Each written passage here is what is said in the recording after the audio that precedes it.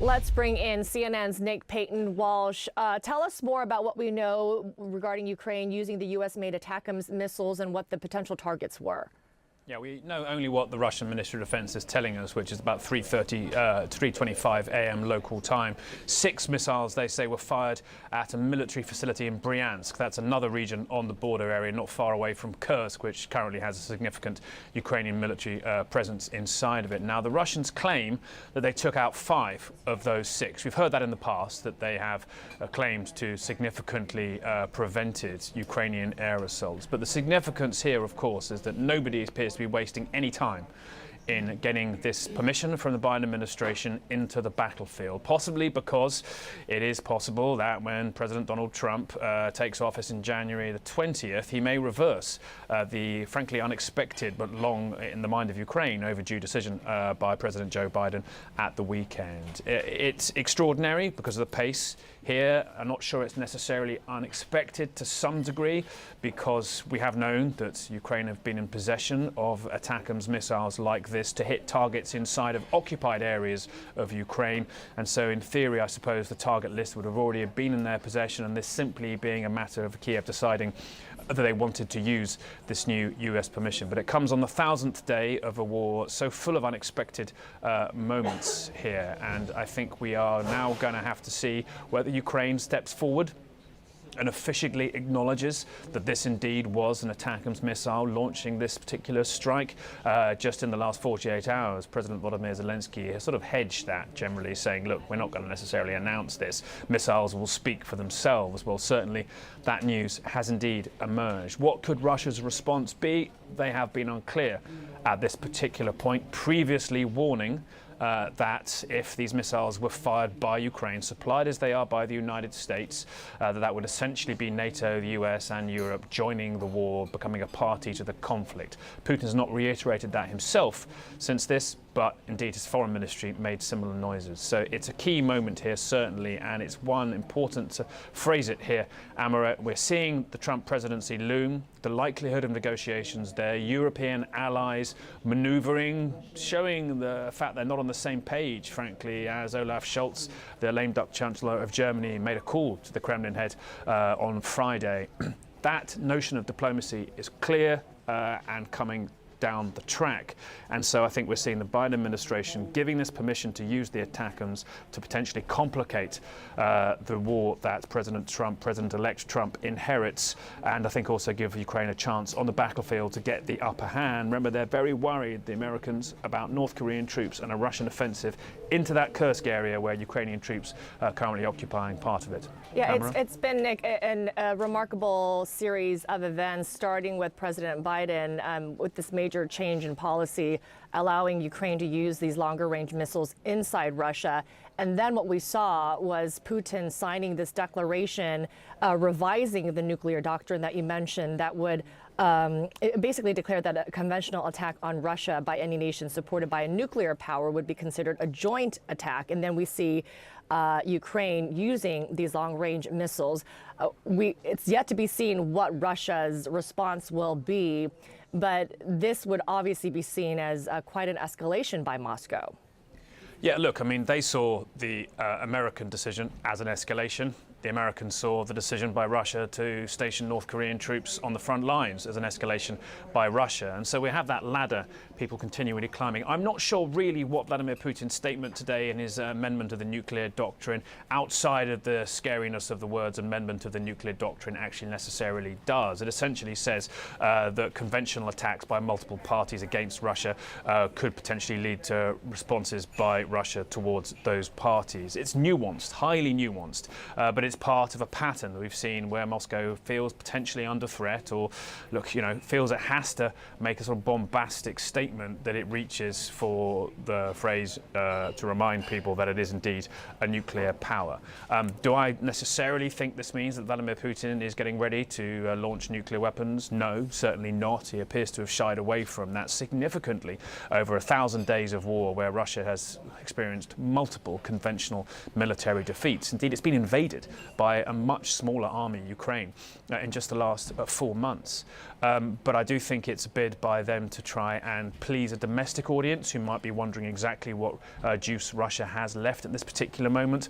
And I think it is his way of suggesting that this is perhaps Moscow's response. Do they necessarily have the military might to take on NATO in full? Well, almost certainly not. They're struggling to defeat Ukraine. Do they necessarily have the desire geopolitically to inflame this conflict? Remember, China is a key ally in here and probably doesn't want to see that happen ahead of a Trump presidency. So I think if we do see outside of this statement by the Kremlin head, Vladimir Putin, any further responses from Russia, you might end up looking at sabotage.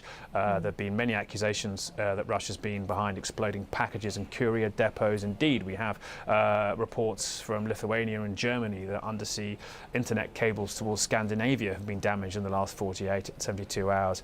That's, I think, where we'll potentially see this exacerbate. But look, be in no doubt here at all. We're into a very different part of the war here. American-made and supplied weapons are being fired into Russian territory. That's a place that we frankly never imagined we'd get to 1,000 days ago. Joining us right now to talk much more about this and all the headlines really coming in this morning is global affairs analyst Kim Dozier. And Kim, I want to focus in on what we've really learned about coming from the White House giving the green light to Ukraine to use ATACMS and missiles to go farther into Russia, firing into Russia. We just learned this morning that Russian state media confirms Ukraine did fire long-range missiles provided by the United States into Russia for the first time. Really, it seems Ukraine wasting no time after getting that green light. What's your sense of what impact this has on this war?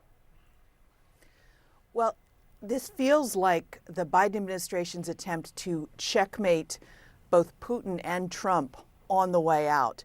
In terms of Putin, Putin has just signed this updated policy for use of nuclear weapons, saying essentially that if any nuclear armed power enables another power to attack Russia, read if the U.S. allows Ukraine to attack in Russia proper, then we could possibly use nuclear weapons. But with this few weeks to go to an incoming Trump administration, why would Putin do that and jeopardize security writ large and basically waste his ammunition right now by using nuclear weapons? So that's checkmated. And on the Trump side of things, yes, Trump could turn around this policy on January 20th and pull back the permissions and say, Ukraine, you can no longer use these long-range weapons inside Russia. But in the interim, what are countries like Britain and France going to do? They weren't giving permission for the use of their long-range weapons until the U.S. did. So they could now say, hey, you can use our Storm Shadow systems to help. And all of these weapons being enabled at once could help Kyiv retain Kursk through the Trump administration taking office. And then they've got Kursk as a bargaining chip to trade off for parts of the Donbass or maybe even parts of Crimea when they sit down with this inevitable negotiation that Trump says he's going to organize between Moscow and Kyiv. It is so interesting because, and also add into this, Kim, one of the reasons long offered for why the White House did not give this approval sooner, though we know Zelensky's been asking for this for quite some time, is the risk of pushing this war to escalate further. This morning, as you mentioned, we heard that now Putin has put out this new nuclear doctrine, which could point to escalation. But what do you see in this?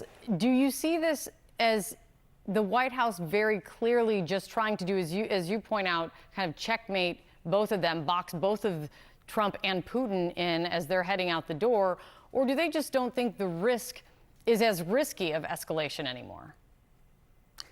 Well, it's that Putin has made these threats from the beginning, and I've spoken to European leaders who've been frustrated with the Biden White House, saying Putin is playing Biden, playing National Security Advisor Jake Sullivan, that he knows as long as he waves the nuclear flag that they will back off. And so now in the waning days of the administration, they're saying, all right, you're not going to use them now. So we can call your bluff.